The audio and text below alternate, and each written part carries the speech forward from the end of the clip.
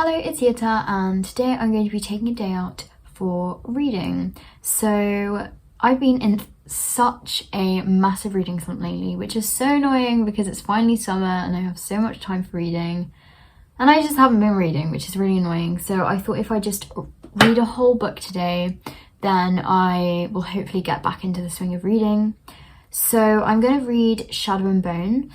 I was going to read Six of Crows, but then I realised that there's this trilogy before, and people have said that you'll understand Six of Crows more if you've read Shadow and Bone. So I'm going to read the trilogy. Also on Netflix, they recently, sorry, mind my hiccups, they're so annoying, I'm really sorry. But on Netflix, they've recently released the Shadow and Bone series based on the trilogy. If I read it, then I can watch the series after as well, and yeah, I'm kind of excited to start Shadow and Bone, but I have to admit I'm a little bit scared to start reading this trilogy just because it's been so hyped up on BookTok and BookTube, and it's a bit daunting knowing that so people love this series, especially like Six of Crows and things, but no, it's fine. Also, it's a fantasy, which is always a little bit daunting just because till you actually get to know the world until you actually get to know the world and the characters, it can be a little bit overwhelming, but we're gonna do it today. So yeah, let's start reading. It's actually 10 o'clock now, but I think I can still read it all today. This morning I just kind of had a slow morning. I had a shower and things like that, so that's why I'm starting a bit late, but it's fine.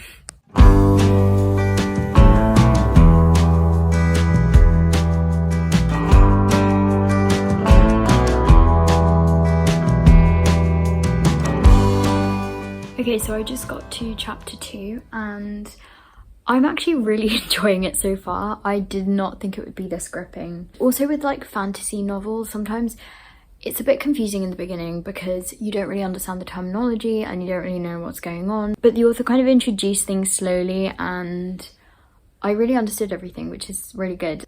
Another thing that I love about this book, and I'm really so happy that the author did this, the characterization for the two main characters is really strong. So even though, for example, the book is written in first person with Alina as the kind of voice, Mal's personality still really comes through strongly, and I honestly believe that like the characters do hold up books. You know, obviously there is plot and the plot is important, but if the characters are not well developed, then you just don't enjoy the book as much. One thing I do want to do actually though is print out a map of the places, because obviously this book does have a like map at the beginning, as with most fantasy novels, but because I'm not reading a physical one, I can't just like easily flick back to it because it's on the Kindle. So I'm going to try and find one online and print it out, because the only thing I'm confused about is the places and like where they're going, because there's a lot of traveling at the moment, but otherwise I'm just going to continue reading. I'm currently 8% through the book.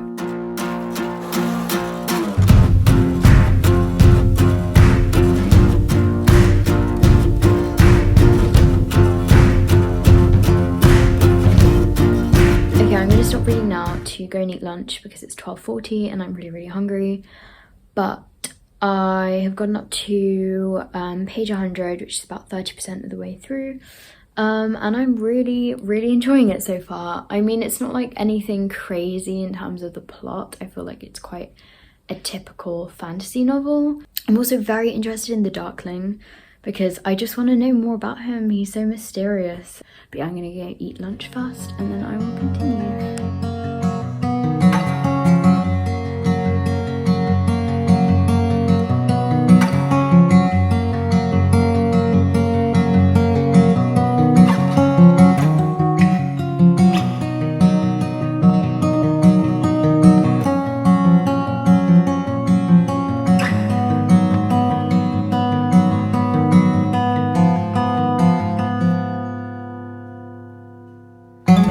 Okay, so I just hit the halfway mark of the book and I'm still really enjoying it. I'm loving the start of a bit of romance coming in because I really enjoy like loads of different genres.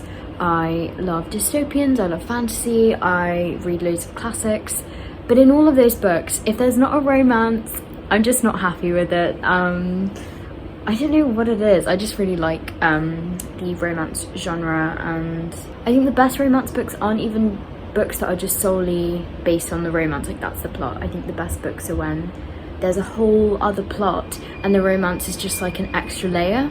But Shadow and Bone is doing literally that. Like the plot is so interesting and then the romance is just like an extra layer. But yeah, I'm gonna take a quick break now because I'm feeling a bit tired, and I'm gonna go and hang out with my family for a bit, and I will get back to reading in a little bit.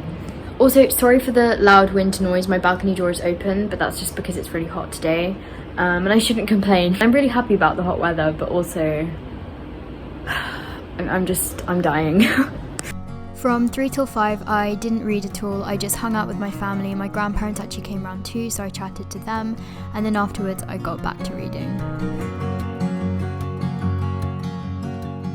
Actually, I'm not feeling the romance anymore. This is what I love and also hate about books. The author will play with your emotions. Like 1 second you will love a character and the next you hate them, and 5 seconds later they're dead. Like especially when it's like a longer trilogy or something, your opinions on characters will change so much throughout the books. Look, I mean, it's good and it's fun and it keeps you on your toes, but also it's kind of annoying. Okay, so I've just hit 60% of the way through the book, and there's been a little bit of a plot twist, which I didn't expect this, but at the same time, I kind of suspected this. Like, I don't want to spoil anything to you, but the person involved with the plot twist, I kind of didn't trust them all along. Okay, I just got some ice cream now and we're gonna continue reading in my bed now. Because this month I've been in such a big reading slump, I literally have just not read at all. And now that I'm reading again today and like I'm really in the fling of this book, I literally feel like I've regained a part of myself. I don't know what it is about reading, but it just makes me so happy, and I didn't know why I wasn't reading before. Reading is just the best though. Like, I love it so much, even though at this point books basically form half my personality, but it's fine. Okay, so it's a lot later now. I've hit 85% of the way through, and I think I have like 50 pages left or something like that, but it's got really late and I'm so tired. Like, my eyes are begging to go to sleep, so I think I'm gonna close the lamp, lie down and just maybe read another chapter, and then just go to sleep because I'm exhausted. Good night for now. Okay, so it actually turns out that I only had 2 more chapters left, so I just finished it off, and now I go to sleep. I'm really tired, but yeah, it only took me another 15 minutes to finish. The rest of it was actually just like acknowledgements and bonus material, so yeah, I'm done with the book. Yay. Now I'm actually going to sleep. Good night. Okay, so it's a few days later and I've finished the Shadow and Bone trilogy now, so I'm going to give a kind of full review of all 3 of the books, and yeah, kind of tell you if it's worth reading and also if it was worth all of the hype that it did get. So one thing to note though, I won't be giving any spoilers in this review, but I will be like mentioning specific parts of the book which you may consider minor spoilers. So if you want to go into the trilogy kind of knowing nothing, then maybe don't watch this part of the video, but I don't think that I'm going to be giving away anything major. So overall I gave the trilogy 4 stars, which is actually really good because I only give 5 stars to kind of my favourite books. And Shadow and Bone was enjoyable. It was very fast paced, which I really appreciated, and it's a book that you can kind of just sit down and binge in one day. The rest of the trilogy was pretty much just as fast paced and just as interesting. One of the best parts of the books was just that the character development of all the characters was really good, and that for me is what really pushed this book to be a 4-star book. Another thing is that the plot was actually really good.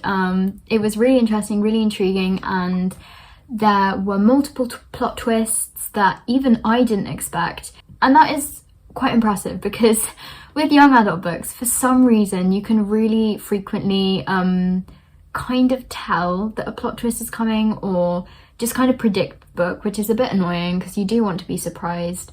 And this book did surprise me quite a bit. So in terms of the trilogy as a whole, Shadow and Bone was the first book, and it was a very strong start to the series. The world building was done in a very quick but not overwhelming way, so you really understood how the world worked and you really understood who the characters were, what they did, etc. And then the second one, Siege of Storm. Why? Oh my god.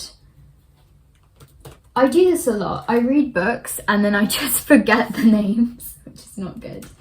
Siege and Storm. Yeah, sorry, that was a minor slip up. The second book, Siege and Storm, was a tiny bit slow in my opinion, and I didn't enjoy Siege and Storm as much as Shadow and Bone. It was still good, and by the end it did pick up, but there was a lot of travelling which I thought was slightly unnecessary. And actually this is a point for the whole books. There was a lot of travelling which was just not necessary. And also, like, did the characters really need to move from like place to place every 5 seconds? Maybe not. So that's my only issue with the books. The travelling kind of annoyed me at times because it just felt so repetitive. So then we come to the last book, Ruin and Rising, which I thought was quite a good ending to the trilogy. It wasn't a disappointing ending. Like the last kind of chapter did round things off in a nice way, but at the same time I was slightly disappointed by the ending. But it did make sense, and I guess it had to happen. Then I quickly wanted to touch on the Darkling, who is the antagonist of the story and is essential to the plot. He is a very complicated character, and I really liked the Darkling as a character. However, a lot of people seem to like ship the Darkling with Alina, which I don't agree with. I think that is very problematic because although the Darkling is an interesting character, which I do like, and I think he works very well as the antagonist, I don't think that he's a good person, and you can't excuse the evil things that he's done with his past and the way that he's feeling, if that makes sense. So I do like the relationship that he does have with Alina, whether that could be called friendship or anything really. They understood each other in ways that no one else could understand them. And I quite liked their relationship, even though it was extremely strained. But I don't think that it should have been more than a friendship, if that makes sense. And then we have the romance side, which I'm going to talk about briefly. So I was anticipating more romance in this book, and I was wrong. There was a lot less romance than I thought it would be. Strangely though, I didn't feel the lack of it because the plot was so full on and I was so invested in the characters. I genuinely didn't even feel the need for a romance. However, there is some romance. You have Mal and Alina from the very beginning. You know that there is something going on between them, but you're not really sure what it is. And the only thing that slightly frustrated me was Mal. Mal is slightly annoying as a character just because I think he should have been more selfish. In fact, it would make him a much realer character if he was a bit selfish. I felt at times he was just being too nice. But by being too nice, he was just being frustrating. So yeah, I don't know.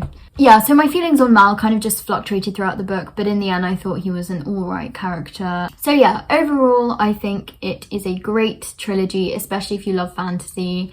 There are some problems with it obviously, and there are some things that I didn't enjoy about the book, but genuinely it's a good book. Is it my favourite trilogy that I've ever read? No, it doesn't even come under 5 stars.